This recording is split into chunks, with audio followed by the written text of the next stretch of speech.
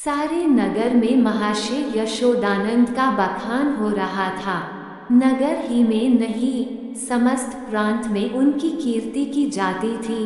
समाचार पत्रों में टिप्पणियां हो रही थी। मित्रों से प्रशंसापूर्ण पत्रों का तांता लगा हुआ था। समाज सेवा इसको कहते हैं। उन्नत विचार के लोग ऐसा ही करते हैं। महर्षि जी ने शिक्षित समुदाय का मुख उज्जवल कर दिया। अब कौन ये कहने का साहस कर सकता है कि हमारे नेता केवल बात के धनी है, काम के धनी नहीं है। महर्षि जी चाहते तो अपने पुत्र के लिए उन्हें कम से कम 20,000 रुपये दहेज में मिलते, उस पर खुशामद घाते में। मगर लाला साहब ने सिद्धांत के सामने धन की रत्ती बराबर परवाह न की और अपने पुत्र का विवाह बिना एक पाई दहेज लिए स्वीकार किया। वाह वाह, हिम्मत हो तो ऐसी हो, सिद्धांत प्रेम हो तो ऐसा हो, आदर्श पालन हो तो ऐसा हो। वाह रे सच्चे वीर, अपनी माता के सच्चे सपूत, तूने वह कर दिखाया जो कभी किसी ने किया था।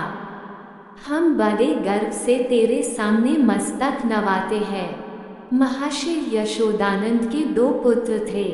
बड़ा लड़का पढ़ लिख कर फाजिल हो चुका था। उसी का विवाह तय हो रहा था और हम देख चुके हैं, बिना कुछ दहेज लिए। आज का तिलक था। शाहजहांपुर स्वामी दयाल तिलक लेकर आने वाले थे। शहर के गणमान्य सज्जनों को निमंत्रण दे दिए गए थे। वे लोग जमा हो गए थे। महफिल सजी हुई थी। एक प्रवीण सितारिया अपना कौशल दिखाकर लोगों को मुग्ध कर रहा था। दावत को सामान भी तैयार था। मित्रगण यशोदानंद को बधाइयां दे रहे थे। दूसरे कमाल, ये कहिए कि झंडे गाड़ दिए। अब तक जिसे देखा मंच पर व्याख्यान झाड़ते ही देखा। जब काम करने का अवसर आता था तो लोग दुम लगा लेते थे। तीसरे कैसे कैसे बहाने गढ़े जाते हैं, साहब हमें तो दहेज से सख्त नफरत है, यह मेरे सिद्धांत के विरुद्ध है। पर क्या करूं, क्या बच्चे की अम्मी जान नहीं मानती। कोई अपने बाप पर फेंकता है, कोई और किसी खर्राट पर। चौथे अजी, कितने तो ऐसे बेहया है जो साफ साफ कह देते हैं कि हमने लड़के को शिक्षा दीक्षा में जितना खर्च किया है वो हमें मिलना चाहिए। मानो उन्होंने ये रुपए उन्होंने किसी बैंक में जमा किए थे। पांचवें, खूब समझ रहा हूँ आप लोग मुझ पर छींटे उड़ा रहे हैं। इसमें लड़के वालों का ही सारा दोष है या लड़की वालों का भी कुछ है। दूसरे, सारा दोष ईश्वर का जिसने लड़कियां पैदा की। क्यों? पांचवें, मैं ये नहीं कहता। न सारा दोष लड़की वालों का है, न सारा दोष लड़के वालों का। दोनों की दोषी है। अगर लड़की वाला कुछ न दे तो उसे यह शिकायत करने का कोई अधिकार नहीं है कि डाल क्यों नहीं लाए, सुंदर जोड़े क्यों नहीं लाए, बाजे गाजे पर धूमधाम के साथ क्यों नहीं आए। बताइए। चौथे, हाँ, आपका ये प्रश्न गौर करने लायक है। मेरी समझ में तो ऐसी दशा में लड़के के पिता से यह शिकायत न होनी चाहिए। पांचवें, तो यूं कहिए कि दहेज की प्रथा के साथ ही डाल, गहने और जोड़ों की प्रथा भी त्याज्य है। केवल दहेज को मिटाने का प्रयत्न करना व्यर्थ है। यशोदानंद, ये भी लेम एक्सक्यूज एक है। मैंने दहेज नहीं लिया है, लेकिन क्या डाल गहने ने ले जाऊंगा। दूसरा, 20,000 की रकम छोड़ दी। क्या बात है। एक थोथी दलील। यशोदानंद, मेरा तो यह निश्चय है कि हमें सदैव प्रिंसिपल्स 1 पर स्थिर रहना चाहिए। प्रिंसिपल 2 के सामने मनी 3 की कोई वैल्यू 4 नहीं है। दहेज की कुप्रथा पर मैंने खुद कोई व्याख्यान नहीं दिया, शायद कोई नोट तक नहीं लिखा। हाँ, कॉन्फ्रेंस 5 में इस प्रस्ताव को सेकंड 6 कर चुका हूँ। मैं उसे तोड़ना भी चाहूँ तो आत्मा न तोड़ने देगी। मैं सत्य कहता हूँ, ये रुपए लूँ तो मुझे इतनी मानसिक वेदना होगी कि शायद मैं इस आघात से बच ही न सकूं। 5वें अब की कॉन्फ्रेंस आपको सभापति न बनाए तो उसका घोर अन्याय है। यशोदानंद, मैंने अपनी ड्यूटी 7 कर दी, उसका रिकॉग्निशन 8 हो या न हो, मुझे इसकी परवाह नहीं। इतने में खबर हुई कि महाशय स्वामी दयाल आ पहुँचे।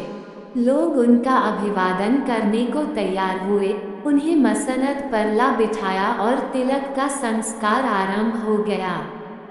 स्वामी दयाल ने एक ढाक के पत्तल पर नारियल, सुपारी, चावल, पान आदि वस्तुएं वर के सामने रखी।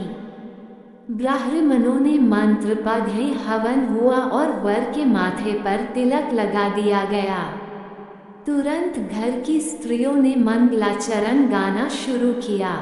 यहाँ महफिल में महाशय यशोदानंद ने एक चौकी पर खड़े होकर दहेज की कुप्रथा पर व्याख्यान देना शुरू किया। व्याख्यान पहले से लिखकर तैयार कर लिया गया था। उन्होंने दहेज की ऐतिहासिक व्याख्या की थी। पूर्व काल में दहेज का नाम भी न था। महाशयों, कोई जानता ही न था कि दहेज या ठहरोनी किस चिड़िया का नाम है। सत्य मानिए, कोई जानता ही न था कि ठहरोनी है क्या चीज, पशु या पक्षी, आसमान में या जमीन में, खाने में या पीने में। बादशाही जमाने में इस प्रथा की बुनियाद पड़ी। हमारे युवक सेनाओं में सम्मिलित होने लगे। ये वीर लोग थे, सेनाओं में जाना गर्व समझते थे। माताएं अपने दुलारों को अपने हाथ से शस्त्रों से सजाकर रण क्षेत्र भेजती थीं। इस भांति युवकों की संख्या कम होने लगी और लड़कों का मोल तोल शुरू हुआ। आज ये नौबत आ गई है कि मेरी इस तुच्छ महातुच्छ सेवा पर पत्रों में टिप्पणियां हो रही है मानो मैंने कोई असाधारण काम किया है। मैं कहता हूँ, अगर आप संसार में जीवित रहना चाहते हो तो इस प्रथा का तुरंत अंत कीजिए। 1 सिद्धांतों, 2 सिद्धांत, 3 धन, 4 मूल्य, 5 सभा, 6 अनुमोदन, 7 कर्तव्य, 8 कदर। यशोदानंद, अगर ऐसा होता है तो क्या पूछना था, लोगों को दंड मिल जाता और वास्तव में ऐसा होना चाहिए। ये ईश्वर का अत्याचार है कि ऐसे लोभी, धन पर गिरने वाले, बुर्दा फरोश, अपनी संतान का विक्रय करने वाले नराधम जीवित है और समाज उनका तिरस्कार नहीं करता, मगर वह सब बुर्द फरोश है इत्यादि। व्याख्यान बहुतः लंबा और हास्य भरा हुआ था। लोगों ने खूब वाह वाह की। अपना वक्तव्य समाप्त करने के बाद उन्होंने अपने छोटे लड़के परमानंद को, जिसकी अवस्था 7 वर्ष की थी, मंच पर खड़ा किया। उसे उन्होंने एक छोटा सा व्याख्यान लिखकर दे रखा था। दिखाना चाहते थे कि स्कूल के छोटे बालक भी कितने कुशाग्र बुद्धि है। सभा समाजों में बालकों से व्याख्यान दिलाने की प्रथा है ही, किसी को कुतूहल न हुआ। बालक बड़ा सुंदर, होनहार, हंसमुख था। मुस्कुराता हुआ मंच पर आया और एक जेब से कागज निकालकर बड़े गर्व के साथ उच्च स्वर में पढ़ने लगा। प्रिय बंधुवर, नमस्कार। आपके पत्र से विदित होता है कि आपको मुझ पर विश्वास नहीं है। मैं ईश्वर को साक्षी करके धन आपकी सेवा में इतनी गुप्त रीति से पहुंचेगा कि किसी को लेश मात्र भी संदेह न होगा। हाँ, केवल एक जिज्ञासा करने की धृष्टता करता हूँ। इस व्यापार को गुप्त रखने से आपको जो सम्मान और प्रतिष्ठा लाभ होगा और मेरे निकटवर्ती में मेरी जो निंदा की जाएगी, उसके उपलक्ष्य में मेरे साथ क्या रियायत होगी। मेरा विनीत अनुरोध है कि 25 में से 5 निकालकर मेरे साथ न्याय किया जाए। महाशय यशोदानंद घर में मेहमानों के लिए भोजन परसने का आदेश करने गए थे। निकले तो यह वाक्य उनके कानों में पड़ा, 25 में से 5 मेरे साथ न्याय किया कीजिए। चेहरा फक हो गया, झपट कर लड़के के पास गए, कागज उसके हाथ से छीन लिया और बोले, नालायक, यह क्या पढ़ रहा है? ये तो किसी मुवक्किल का खत है जो उसने अपने मुकदमे के बारे में लिखा था। ये तू कहाँ से उठा लाया? शैतान, जा वह कागज ला जो तुझे लिखकर दिया गया था। एक महाशय बने दीजिए, इस तहरीर में जो लुत्फ है वो किसी दूसरी तकरीर में न होगा। दूसरे, जादू वह जो सिर चढ़ के बोले। तीसरे, अब जलसा बर्खास्त कीजिए, मैं तो चला। चौथे, यहाँ भी चलतू हुए। यशोदानंद, बैठिए बैठिए, पत्तल लगाए जा रहे हैं। पहले, बेटा परमानंद, जरा यहाँ तो आना, तुमने ये कागज कहाँ पाया? परमानंद, बाबूजी ही तो लिखकर अपने मेज के अंदर रख दिया था। मुझसे कहा था कि इसे पढ़ना। अब नाहक मुझसे खफा रहे हैं। यशोदानंद, वह ये कागज था कि सुअर? मैंने तो मेज के ऊपर ही रख दिया था। तूने ड्रावर में से क्यों ये कागज निकाला? परमानंद, मुझे मेज पर नहीं मिला। यशोदानंद, तो मुझसे क्यों नहीं कहा? ड्रावर क्यों खोला?